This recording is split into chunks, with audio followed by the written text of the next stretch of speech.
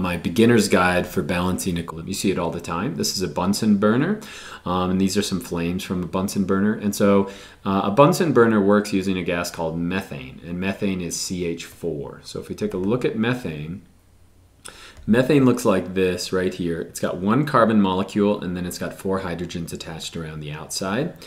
And when we burn methane, what that really means is that we're combining methane with oxygen, and we're creating these two things in complete combustion.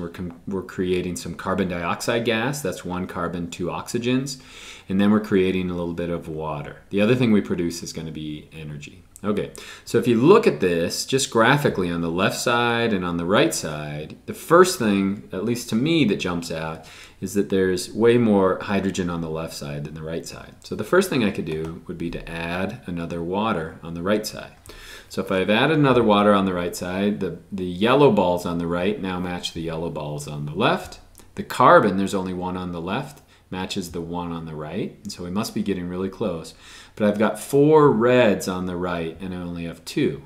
And so I have to add that as a whole molecule. So if I add 1 more molecule of oxygen, now we have a balanced equation. So how do we write that out? So methane on the left side, I have 1 methane, but I'm not going to write the number 1.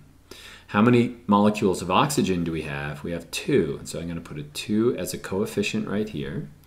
Now on the right side, we only have 1 carbon dioxide, so I'm not going to put a 1, but there should be, in your mind, a 1 there. And then how much water do we have? We have just 2 waters.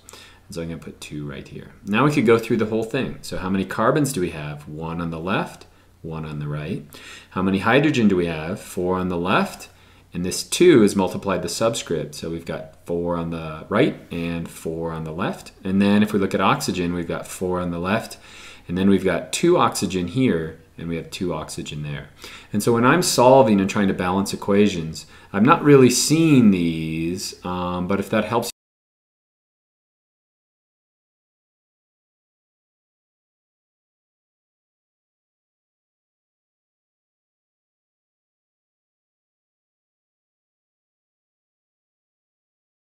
you visualize it, then it'll help you do better at that.